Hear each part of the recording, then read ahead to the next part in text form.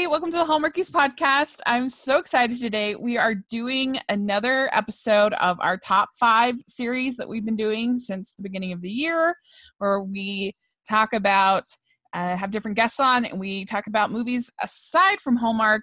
We give our top 5s on a particular topic. And this month we are talking about our favorite romances, so pretty broad. And when I have very special guests, I'm Rachel, and I have Sean and Jennifer Chandler are here. This is so exciting for me. Thank you so much for coming on the podcast. Thank you for having us. Yes. Thank you. So why don't you each just introduce yourself real quick and to our to the Hallmarkies audience. Well, my name is Sean Chandler. I have a YouTube channel called Sean Chandler Talks About, and basically it's a place for me to start conversations with other people that like to talk about movies just as much as me. So talk a lot about comic book movies and other nerdy stuff kind of like that. Yeah. Who are you? I am your wife, Jennifer. I do not have my own YouTube channel, but Rachel's had me on a podcast once before and invited me on this one, and I like her, so I said yes. This is so exciting. I'm very complimented by that. And yes, if you recognize Sean's voice, you will remember him from our holiday horror episode, which was really fun, that we got to do in December, where we talked about Gremlins and Anna and the Apocalypse. And that was very fun. And so this is our second time interview returnee for Sean on the podcast. So I've been on the podcast once before. I don't know if it was this one or not. Yeah. Yes. You were on Rachel's Reviews, the tournament where we talked about all of these movies and more. And it was pretty fun. Yes, it was fun. Yeah. It was indeed. So this is a phenomenal task. We really should have narrowed it down in some way. Just having answers was very difficult, but it was ambitious. Yes, it's very ambitious. And what in your mind, for both of you, what makes a good romantic film in your mind? What about you, Sean? What do you think? I mean, you have to care about the two leads and the characters. There has to be something about them as individuals that you're rooting for them, as well as then when they come together, it's even more fun. Yeah. Yeah. What do you think, Jennifer? I don't know. I obviously it's a lot about the main two people, but I like entourage romance movies where it's all like kind of familial, we'll get into my list obviously in a minute, but where it's not just about the two people, it's about their environments and their friends and their family, and sometimes the city is involved kind of as a character, and so I really enjoy it when it's kind of a cohesive story like that. Yeah. It seems like the inherent to the genre is kind of high concept movies in general, or there's some scenario that brings two opposite people together. And so then coming up with a fun little adventure for the two people to go on, whether that's a literal adventure or just some bizarre scenario or miscommunication. What's one of those that's just enjoyable to be in that conflict? Yeah. Yeah. And I think you have to keep that conflict, you have to pitch it just right, because if they're too like mean and nasty to each other, then for too long, then you just don't even like it. You don't like the experience. You don't care. You don't want them to be happy. You don't want them to get together because you're just like, these people are terrible. And so many get that wrong, I think, in the dynamic. And, they just have to have good chemistry, which I think has got to be the most frustrating thing for casting, because you can have everything perfect and it should match, but then it just doesn't for whatever reason. And that's what I was thinking, that exact same thing, like Chris Hemsworth and Natalie Portman, which is weird because in the interview stuff, like the two of them as humans seem to like get along really well, but in the movie that just didn't seem like there's a spark there. Well, and what's Failure to Launch? Yes. Have you seen that one? Ooh, that one's rough. Yeah. I really like parts of it. Yeah. But you can tell that they're and a just great not supporting cast. Yes. Like I said, it's a fun group of people to get to know, but they just don't like each other. Yeah, and we saw way more of Terry Bradshaw in that movie than I ever. For sure. For sure. I forgot about that. Thanks for bringing that back. We should watch that tonight. I don't think we have our copy right now. I went it out. Yeah, that one there were some rough ones with Kate Hudson there for a while. It was not, or I guess that was Sarah Michelle Gellar. Yeah. No, Parker. Parker, you're right. Jessica Parker. Sarah Jessica Parker. I also really dislike. Yeah, I also really dislike the Ghosts of Girlfriends Past. I haven't seen that one. It's another McConaughey. Oof. I mean, I love Christmas Carol, and they tried to do Christmas Carol, but with dating, and it was terrible. I did not like it. It does have sounds like a winner. Yeah, it was really bad. But yeah, I don't know. There's all different ones. I did include a couple, or I include one on my list that isn't a romantic comedy because we're going a little more broad. But yeah, you just got to have that chemistry. Yeah. Between the characters, and so let's talk about some of our honorable mentions.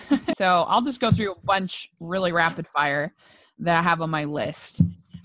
So I have Singing in the Rain, Dirty Dancing, My Big Fat Greek Wedding, The Sound of Music, Breakfast at Tiffany's, Pillow Talk, and I actually have You've Got Mail on my honorable mentions just because I had a feeling we might talk about it, and I've talked about it so much on the channel that I thought that I would have to bring up some other ones.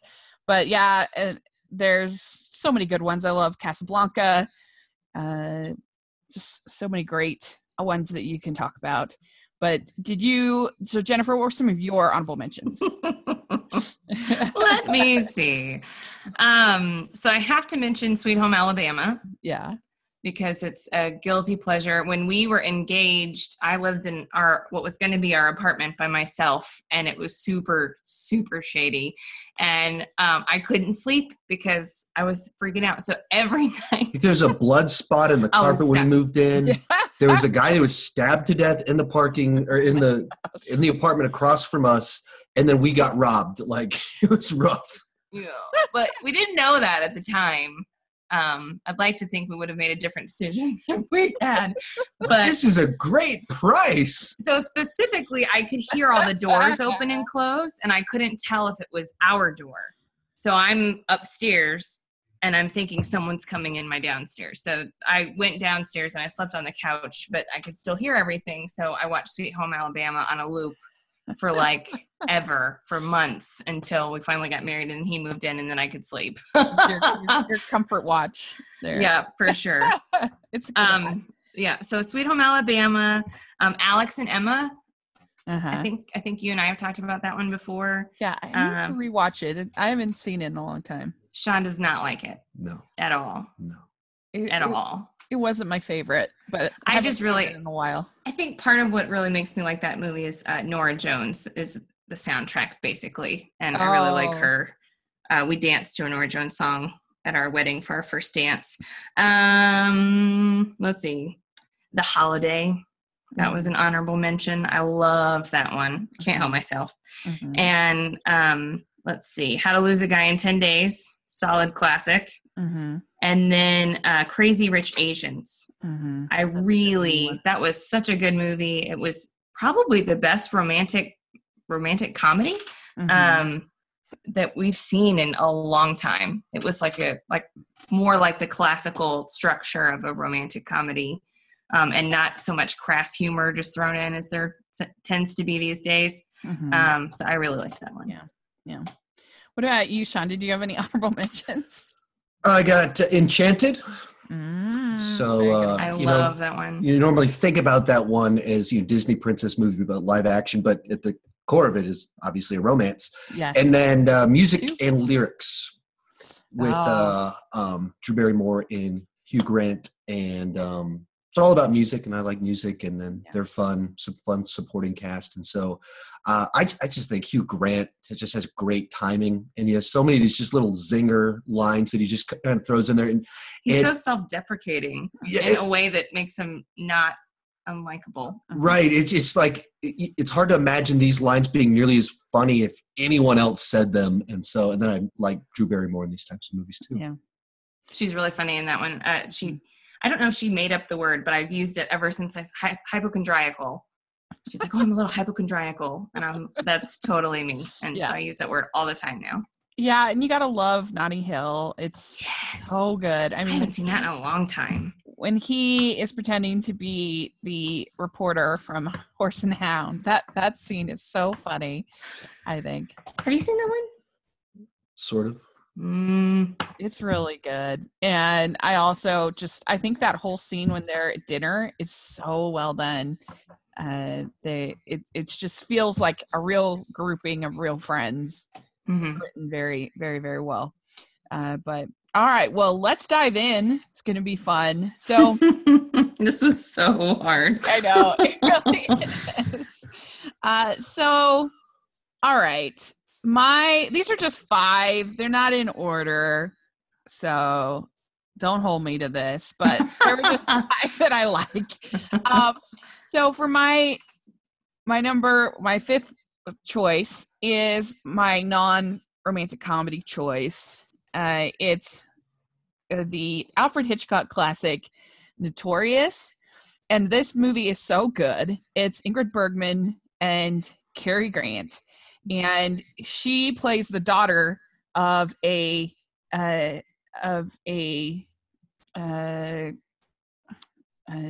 notorious German Nazi guy, and he plays this like CIA agent kind of person, and they basically get her to agree to go undercover after her father is sort of is prosecuted, and she agrees to kind of clear her name, and she agrees to work with the CIA. And so she ends up going undercover to one of her father's friends, and she even goes to the point where she has to start sort of a relationship with this guy.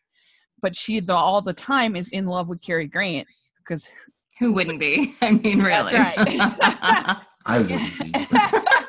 And it is so romantic, and it's so tense, and it has, I think, the best kissing scenes in any movie ever. It's so that's such a specific award. Yeah.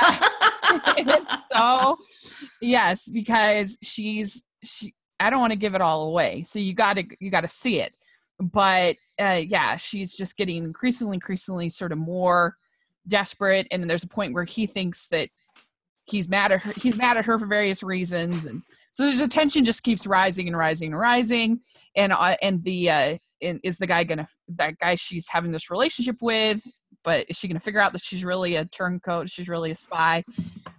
What's gonna happen? It's very tense. It's very good. It's a little bit of a slow burn, so some people might not love it for that reason, but I like it for that reason. And it's, of course, beautifully filmed because it's Hitchcock, and it's a great movie. If you want a tense romantic movie, it's really good. With extra good kissing. With extra good kissing. Yes. Yes. I don't think I've seen that one. I'm going to have to watch it. Yeah, it's really good. And don't watch the one about the rapper. This is Notorious. Notorious B.I.G. What was she talking about? Yes. So, Sean, what do you have as number 5? It's your 5th pick. Okay, number 5, we'll continue the non-comedy romances and go with The Notebook. Yes. So this one came out like right before we met each other. We met each other, and then we moved 2,000 miles away from each other. And so had our own little epic romance. And so we would do these by phone dates where we would push play on the movie at the same time and be on the phone and watch The Notebook togetger. We watched other movies too, but The Notebook and Batman Begins. There was those two. And I don't think that's real. It's real enough for the narrative. But so you know, and it's a fun one because you're seeing Ryan Gosling before he was like big star guy. Yeah. That's mostly in like these very serious films, and so doing kind Rachel of. McAdams wasn't anybody yet either, was she? Yeah, anyone famous. But both of them were. Yeah, they'd done stuff before, but this was like the first one that was like them front and center on for the mainstream. And so then, you know, that was kind of a big deal. And I was going to college out in South Carolina, just an hour or two away from one of the beaches in the movie, Edisto Island. And so we used to go out there frequently to the city. It doesn't matter. Sorry. So we would head on out there very frequently for little romantic dates, and then just driving out to this location, driving all these romantic sites and old houses and stuff. And so just a real cool little deal. Yeah. That began the sad career of James Marsden as the backup guy. The backup guy, yeah. Was that after 27 Dresses? No, it was before. So he got one more. One, yeah. Yeah.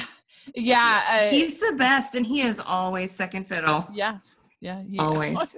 It's so sad. And even a little bit, the X-Men 1 and 2, totally. He's still treated that way in those ones as well. Totally. He is. And yeah, there's a bunch of other ones too. Like, yeah, he is. It's really funny. I was joking. I got to interview the actress who plays his girlfriend in the new Sonic movie. And I was like, should we be suspect here? His relationships don't tend to go well, but. Oh, it's so sad. He's so fabulous. Yeah. So fabulous. And the Notebook is interesting too, because the characters are all kind of jerks, but I don't know. It still somehow works. I think maybe because you see them as old people. So you're like, okay, they're nice. I don't know. Yeah. It's like at the core of the story, it's like it's like shady on so many levels. And it's even shadier if you read the book and the weight of the details of it are kind of different. And you realize like, these are bad people, but somehow it still works. I think it helps that you see them old because you're like, oh, yeah, old people are nice. Magic. Well, it's so romantic that he's basically making her fall back in love with him over and over again by sharing their story. That's one of the magic pieces of that movie or story or whatever you want to call it. But because they were jerks, but they were jerks together, which I mean isn't great. But like it's not like he was super awful to her and she was just depressed. They were the same level of awfulness. Yeah. I don't even know what to call that. But, and I wouldn't want. Yeah, I don't know. I'm glad I'm not in a relationship like that. But for some reason, it works in the Notebook. Yeah, agreed. So, what do you have at number 5, Jennifer? I put You've Got Mail because it was probably the most obvious. So I just figured I'd get it out of the way quickly. I love it. I can't stand how much I love that movie. Everything about it is perfect. I love Tom Hanks and Meg Ryan. I love the soundtrack in that movie. And I love, like I was talking about the ensemble cast. I love the cast in that movie. Everybody's phenomenal. New York is basically a character. The bookshop is absolutely a character.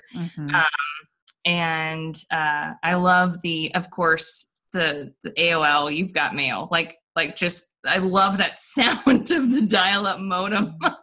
It's just too nostalgic. All of it wrapped together is just perfection. So yeah, I knew you were going to mention it, so I just had it as honorable mention. But everybody who follows this podcast knows I adore You've Got Mail. It's one of the most quotable. Did it win our thing?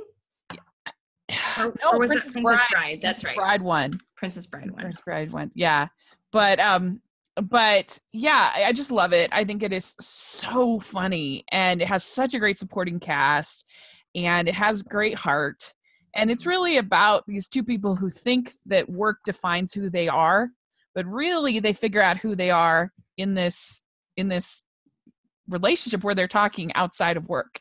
And that's who they find out that they really are. So I think it's actually kind of interesting in a way, but I just love the writing. It's so hilarious. Well, it is so good. And to your point of them meeting outside of work and kind of defining themselves by something else, like he was completely wrapped up. I mean, it was a generational thing with his dad and his grandpa.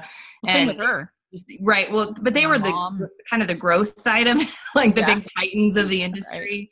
Right. And then her mom was obviously just the heart and soul of the bookstore. And I liked it because, you know, I feel like she found what her mom would have wanted her to find and got out of the shadow and the past in a bad way. Still remembered it and honored it, you know, but didn't just live her mom's life. She got to do her own thing, and I thought that was really cool. Yeah, I agree, and I just love it. It's so good. I totally want to watch it right now. Like I know. Maybe we should do one of those phone watches. Yeah, that sounds fun. I'll go watch Power Rangers with the kids. So, all right. well, my number 4 is a movie that I think combines drama and comedy really well. It's Return to Me. Oh, I love that movie. With David Duchovny and Minnie Driver. And it actually is pretty sad. It's pretty gut-wrenching. It's heavy. Yeah, but it also has the light. But it's the concept of the movie, if you haven't seen it, is that she is needing a heart transplant. His wife, at the very beginning of the movie, not really that big a spoiler, sorry, but she dies and ends up giving her heart to Minnie Driver. And so then they end up meeting, and you know, she's got his wife's heart, which is just really perfect for a romance. And I don't know, I love the old men that are there, and I forever have wanted to go to an Irish Italian restaurant my whole life, because that's so great. Whenever you can ever have lasagna with a side of cabbage, I'm like, oh, that's great. But they're so funny, and I love the soundtrack, and I love Bonnie Hunt as her sister and Jim Belushi. They're absolutely hilarious. I love Jim Belushi in that movie. Yeah, they're so funny as this couple who has like 1 billion kids, and they're really fun. And it's so heartfelt, and it's so charming, and it's great. It's really good. So Sean, what about you? What's your number 4? My number 4, I'll go with Romancing the Stone. Oh, good one. So if you don't know what this one is, it's kind of like they tried to do an Indiana Jones type adventure. That's kind of the spin on like a romance novel bent to it. So a romance novel writer ends up on this adventure out in South America and comes across this adventurer guy who she has to pay to get her across the country while she's being tracked down by people trying to kill her, and they're trying to find this stone. And so it's kind of like a rom-com. It's kind of like an adventure, directed by Robert Zemeckis right before Back to the Future. And so it stars Michael Douglas and Kathleen Turner. Danny DeVito's in it.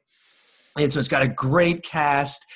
And you get to see a different side to Michael Douglas and just kind of doing this funny adventure role. So it's got a little bit of everybody. There's a little bit of something for everyone. Yeah. Yeah, I just love that she's Chandler's dad on Friends. Oh yeah, that is such a good pick. That movie is so funny, and you're right about Michael Douglas, because for a long time he'd always have the I don't know, the worst luck with women in movies. Yeah. And so it's sort of an interesting, really funny, lighthearted performance from him. Isn't he married to Catherine Zeta-Jones in real life? Yeah. Yes. So, I mean, does he care if he has bad luck at women? No, probably not. He won overall. Yeah. By the way, did you know that she's not Latino, like, at all? She's Welsh. I was so surprised by that. I learned that recently, and I was like, oh. I think I only knew that because I went to Wales, and our Welsh friends told us she was Welsh, because I thought she was Spanish, because she was in Zorro. Yeah, I know. I did too, which would be a good one for this list. But yes, anyway, it's on my honorable mentions now. Zorro. Throw it in there. So all right. So Jennifer, what's your number 4? I haven't seen this in a long time, but it's on my all-time favorites list, and I could not leave it off this list. I don't even know if it's technically a rom-com, or a romantic movie. It's Wild Hearts Can't Be Broken. Oh, good one.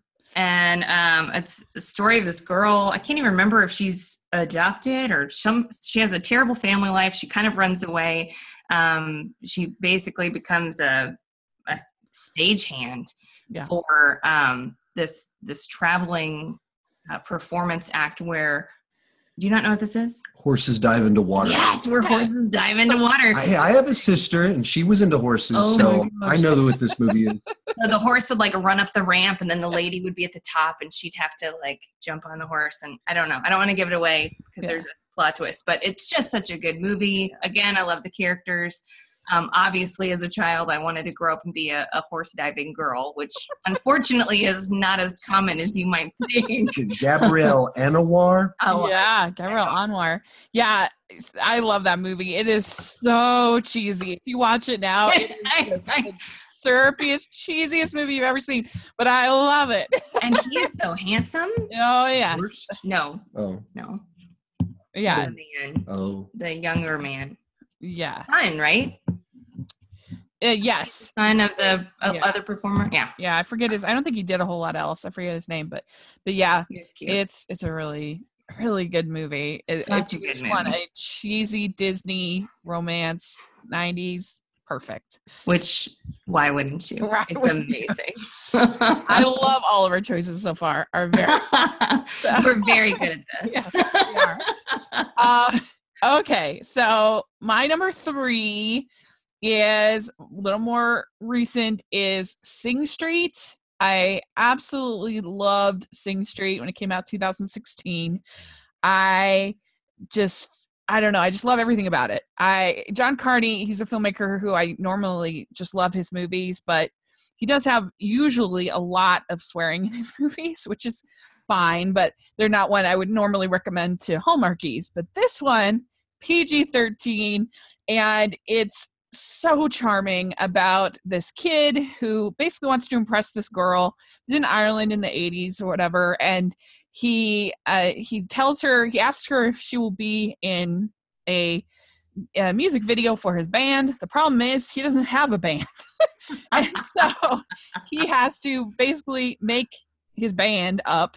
And John Carney's movies are always about bands and musicians, and he always writes his own original music as part of the movie. And these songs are so great. I think they're just so contagious, so like you just love. They're just great songs. I was so furious when none of them got nominated and the La La Land songs all got nominated, because I think the Sing Street songs are much better. I was very upset.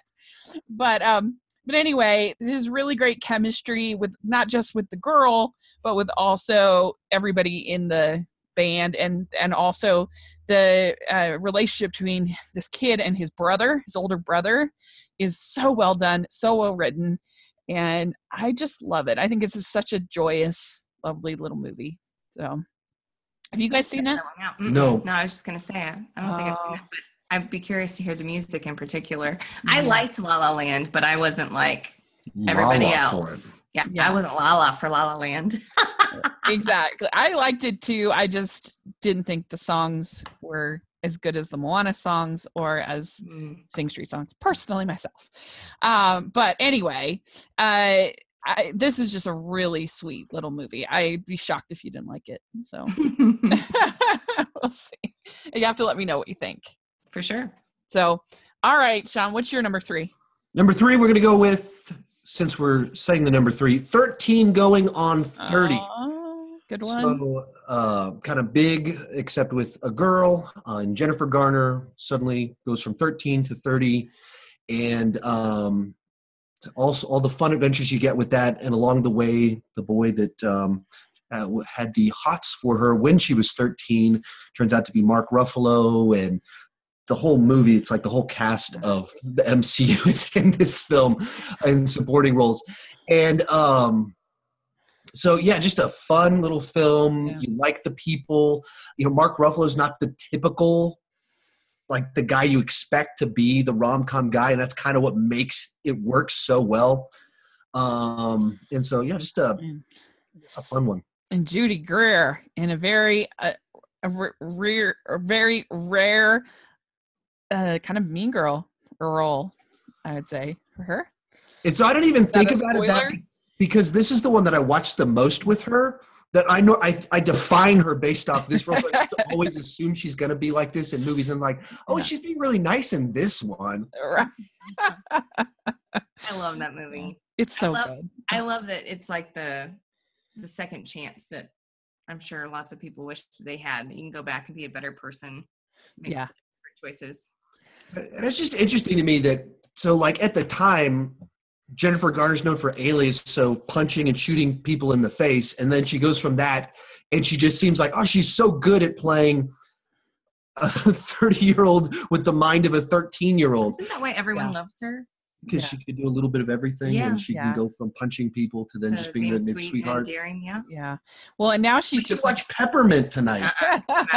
No, now she's just like everyone's favorite mom. That's her job now, which she's so good at. Like Love Simon, she was so good in that movie. I think she's the mom in Peppermint. Right. The mom's voice in Llama Llama, the cartoon. Oh, is she? Okay, good. Yeah, that's good.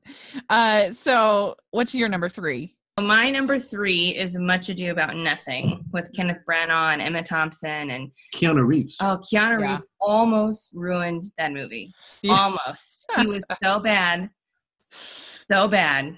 It's just to the other cast members' credit that they were so amazing that they counterbalanced his terribleness. I laugh out loud every time he's on the screen because he's dreadful. Yeah. He needs to stick to John Wick and Bill and Ted's Excellent Adventure. Yeah. Yeah, that's a great one. I mean, that play is so funny. And Benedict and Beatrice, it's just hilarious. Well, and I think that Kenneth Branagh and Emma Thompson were married at the time that they filmed it. And their chemistry together was just so good, and the story is so good, and it's so funny, and Michael Keaton's in it, and he's hysterical. I love that movie. Yeah. That's just a classic. That's a really, really, really good one. Yeah. I think actually the one Joss Whedon did is kind of fun too. I haven't seen that one. It's on my list. I meant to see it. I can't believe I still haven't seen it, given he directed it and everybody that is normally in his stuff is in it, and that it's Much Ado About Nothing. Yeah, it's just like him and his friends like filming a bonus movie over the weekend is how it kind of feels, but it's really cute. I recommend it. But that's a good choice. All right. So my number 2 is a movie everyone's probably tired of me talking about because I love it so much. It's the anime film Your Name by Makoto Shinkai. I absolutely love it. I think it's brilliant on every regard. I absolutely love the animation. I absolutely love the music. I love the story. It's about these two people, that a young girl, teenage boy, that end up switching bodies, and they don't know anything about each other. They basically like Freaky Friday, but in this case, they have no idea who the other person is. And so they start having to kind of leave clues to each other to try to make this work. And it starts out very light and fun. And then it kind of goes to a deeper place. You kind of learn why they had to switch place at that time. And then there's a lot in the movie about once you kind of walk in another person's shoes, literally in this case they do, you understand their humanity and you will do anything you can to kind of rescue them, and you feel that pull of another human being. And so I just think it's so moving, and I just love it. It's very bold and it's very romantic, and I think it ends on just the right note, and it's one of my favorite movies of all time. So I absolutely love it. So I have Your Name, and even if you don't like anime, I say give it a shot. You might actually like it, because all my friends who've seen it have at least liked it. I haven't recommended it, and I've recommended it to many people, and they at least haven't admitted they hated it to me. So I don't know if but for the most part, most everybody that I've recommended to has really, really liked it too. It's just a very, very good movie, and Makoto Shinkai is just such a bold, creative filmmaker, and I'm so excited for his new movie that comes out this year. So yay! What's that one called? It's called Weathering with You. is called, the new movie. So you guys can probably get tired of me talking about that in the near Looking future. forward to it. Yes, I love him so much. But yeah, it comes out in Japan in July, so I'm guessing it'll probably get an awards release in the fall here. But we may not get actually until next year as far as a wider release. But I'm hopeful we will, because I want to see it right now. Actually, I go to Japan and see it. That would be a good trip. Yeah, that would be amazing. So anyway, I just love him, and I love the movie, and I love the soundtrack. I just love it. So, so Sean, what do you have as number 2? Let's go with 10 Things I Hate About You. The Julia Stiles, Heath Ledger, and about 50 other people. Was that Taming of the Shrew? Taming of the Shrew in 90s high school setting. Amazing soundtrack. Yes. And like many of these ones, you're seeing a bunch of these, like Joseph Gordon-Levitt, a bunch of these people that went on to have these amazing, gigantic careers, all kind of right here in one movie together before they were these iconic actors of the last 20 years. And then just, kind of a classic story in a modernized setting. It's funny. I don't know. Everything works. Yeah, it's so good. It's 20-year anniversary, I think, this week. Yep. If I'm not mistaken. No, I didn't know it was that specific, but that makes sense because I saw it. I went to go see it with my sister when she was in college in Abilene. And the sound was cutting out or something like that, and it was like a month or two before Phantom Menace was going to come out. I was like talking to the person that worked there, like, if you guys don't get your sound fixed, I'm going to send an email to Lucasfilm about this. As if that's the type of high schooler I was. Yeah. they're gonna cower in fear at the email. That's so you need to fix this audio right now. That's really funny. Have you seen the original Taming of the Shrew? Well, I don't know if it's the original one with Elizabeth Taylor and Richard Burton. I like it a lot. I think it's funny. I do too. Yeah, because they they were in a rocky relationship for so many years. Yeah, I think they got married twice. Yeah, at least twice, I feel like. And so I think it's really funny. And I think about that scene where he's telling her the sun is the moon, and then whenever she agrees with him, he flips it around. And I feel like that's what raising children is like. Yeah. Everything you tell them is the opposite. Yeah. And I kind of feel like almost all romantic comedies are either based on Pride and Prejudice or Taming of the Shrew. There's because it's either the opposites attract kind of thing with Pride and Prejudice, or some kind of bet or wager or article, or there's some kind of gimmick that forces them together, and like Taming of the Shrew. So it's interesting. That's true. I hadn't thought of that before. But yeah, I love in 10 Things I Hate About You when Joseph Gordon-Levitt's character has finally just like had it, and he's like, he's like, you need to stop treating people this way. Like, what's wrong with you? Great. That whole scene is really good. And then, of course, ironically, that's what gets her to like him. Right. Yeah. So good. So, all right, what's your number 2, Jennifer? My number 2, I think, is a little unconventional, but again, couldn't avoid it. I don't know if you've seen it, Mickey Blue Eyes? I've heard of it. I don't think I've actually seen it. That's Hugh Grant, right? It's Hugh Grant and what's his face? Caan. Julianne Moore? James Caan. Oh, okay. It's Gene Triplehorn.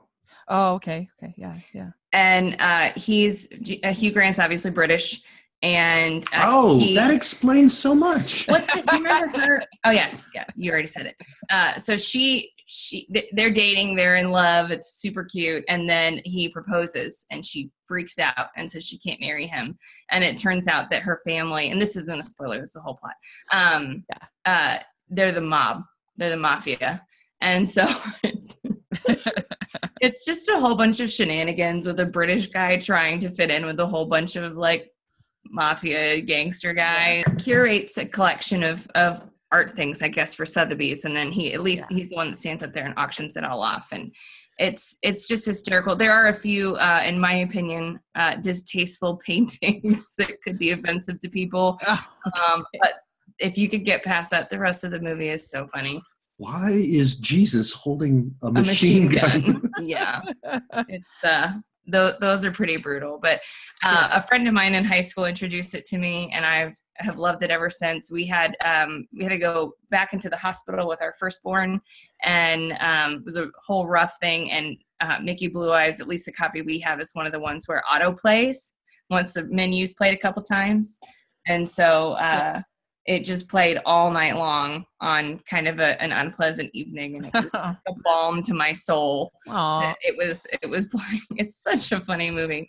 If you watch it, please let me know. I will. I'll watch it right away. Excellent. Really right now. Okay. We'll do a phone date. Yes.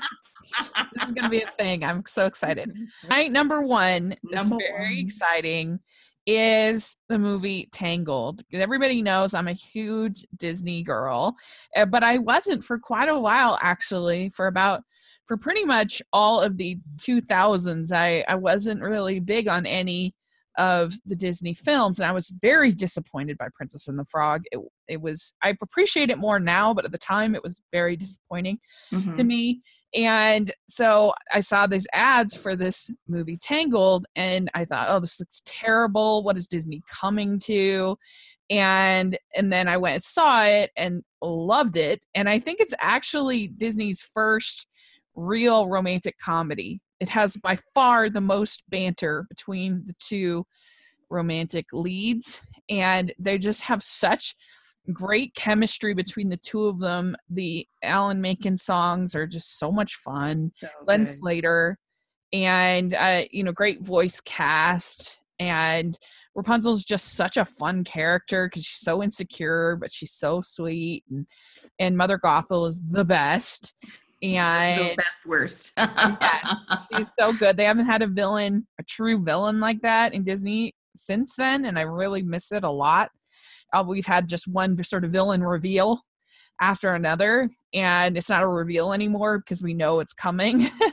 And I was really surprised in Frozen, actually. I did not see that coming. I didn't see it either. But I'm just hoping with Frozen 2 that they go traditional villain, because we've just seen it so many times with everything from Toy Story 3 to Wreck-It Ralph to Zootopia. There's so many times. Yeah. Let's have like a true old-fashioned, evil, conniving, selfish villain. That's fun too. And so anyway, I love it. And I think it has huge heart, and the lantern scene is just completely amazing. Yes. And so, yeah, it's one of my all-time favorites. So I have it as an excellent choice. Yeah, it's a lot of people don't think of it as a romantic comedy, but it really is when you break it down. Yeah, Zachary Levi's great in that. He's so funny. Yes, he's so dry. He'll always be everybody thinks he's Shazam, but he'll always be Flynn Rider to me. Flynn Rider, Eugene Fitzherbert. Yeah, none of this Shazam stuff. Always be Eugene. But anyway, so Sean, what did you have as your number one? I'm gonna go with The Wedding Singer. Good one. So just a fun concept with amazing music. The 80s setting, like, is right at that time period where you could start doing 80s nostalgia. So it's like one of the first 80s nostalgia type movies. Yeah. So in certain ways, it's like this over the top extreme version of 80s nostalgia, which in itself is a lot of fun. It's Adam Sandler not being Adam Sandler. Like, it has his good aspects without just the immaturity that was so prominent at that point in time in his career. Then Drew Barrymore as the love interest inside of it. And so just a whole bunch of stuff that just hits all the right notes for me. Yeah. You like the two leads. You like the characters. The two leads are both likable, and they're not separated by the fact that they're jerks or anything like that. And so that helps quite a bit. And, they have, actual character arcs throughout it too. So, yeah, it's really good. And I am not an Adam Sandler fan. So in general, especially anything Happy Madison produced movie those movies have just been so bad. And it's like, I felt like for a while he had some bet with somebody to see like how bad he could make movies and get them produced, because yes, Jack and Jill, I mean, it just, it really felt like, is this a joke? Like the whole movie being a joke, not actual jokes in the movie. So people frequently ask me like, hey, can you rank all of Adam Sandler's movies? Like, that would require me to watch all of them. And if you said rank his 90s films, I probably could do that. But oh my goodness, I know anything he's done in the last 10 years. Like wow. Yeah. Ridiculous Six. Oh my gosh. Like it kind of became a thing on my channel, which I regret it becoming a thing of me reviewing and ranting about the terrible Adam Sandler movies. But I don't think I did it last year because I just couldn't do it because they're just so bad. I never really thought about it like before Adam Sandler was Adam Sandler. Yeah. And I think that's a really good dividing line. Probably because Happy Gilmore, I love it. So he had to have started Happy Madison after Happy Gilmore and Billy Madison, I would guess. Yeah, he did. So I think maybe I was after Big Daddy, which I like that one. Okay. That one's okay. That yeah, one's pretty good. But anyway, yeah, it's just phenomenal. It's just how does this get made? It's crazy. It should be an encouragement to all screenwriters that those movies can get made, that you can have your movie. He can do it. Yes. but anyway, yeah, that's a good pick. I like Wayne Singer, and his songs are really charming in that as well. His originals are really charming. And it actually made a pretty decent Broadway musical too. It's pretty cool. Yeah. I didn't even know that was a thing. Yeah. So Jennifer, what is your number one pick? Number one all time, might actually be number one, but won't commit because there's too many choices, While You Were Sleeping. Yeah. It's good. So good. Everything about it is fantastic. I can't think of one thing that I was like, man, I wish that was different. It's Sandra Bullock at her purest. Yeah. And just unfiltered. I love when she puts her dress over her head, the hanger over her head, and then like tries on different shoes and lifts one foot and she's just so real and relatable and charming. And I love the whole thing. I love the, almost appearances, not really appearances can be deceiving, but like thinking you want the one thing and then realizing what you really want. Yeah. She's so likable in that movie. You're just like, get this woman to Florence. She needs to go to Florence. Right? Anybody. Like, I'm shocked that nobody had bought her a ticket already. Like, she was so charming and lovely and selfless. And I'm like, where are all these people who love her clearly? Why aren't they sending her to Florence? Obviously, we know why. But yeah, and I love that scene at the dinner scene where they're all talk. Like, that scene is so, like, if you went to a Wagner family gathering, like, that's what it's people talking over each other and just being loud and obnoxious, and it's very authentic. So good. Yeah. And it's crazy family, but it's good crazy family. It's not like toxic crazy family. It's like the kind of family that you want want to watch. And it's not cringeworthy. It's not like dinner party. Yeah, I agree. It's so good. And there's so many, like, I kept trying to think of what's the scene that makes me just love. I can't. There's so many. The ice scene is obviously classic. If you fit into my jeans, I'll kill myself. And that's when you could say stuff like that and nobody freaked out. It's so funny. Yeah. And I love their family. I love Saul. He's so great. And I can't even. Really good. It's a great choice. I love it too. So there you go. I think we definitely, if you watched all of these movies, you would have a pretty fun time. For sure. Great. So this has been really, really fun. I really appreciate you coming on the podcast. And so, Sean, how can people find out more about you and your channel and connect with you? Yeah, just look up Sean Chandler Talks About, SEAN on the YouTube. If you look up Sean Chandler, you'll either find a football player or a guy that looks like me talking about movies. It's one that looks like me and is talking about movies. And if you just like big franchise stuff like that, I'd love to talk movies with you in the comment section. Yeah, so I'll put all that in the description section. Check it out. And just make sure you're following Hallmarkies Pod all over social media. And if you're listening on iTunes, please give us your ratings and reviews. We really appreciate it. And if you're listening on YouTube, subscribe to the channel. Give us your thumbs up.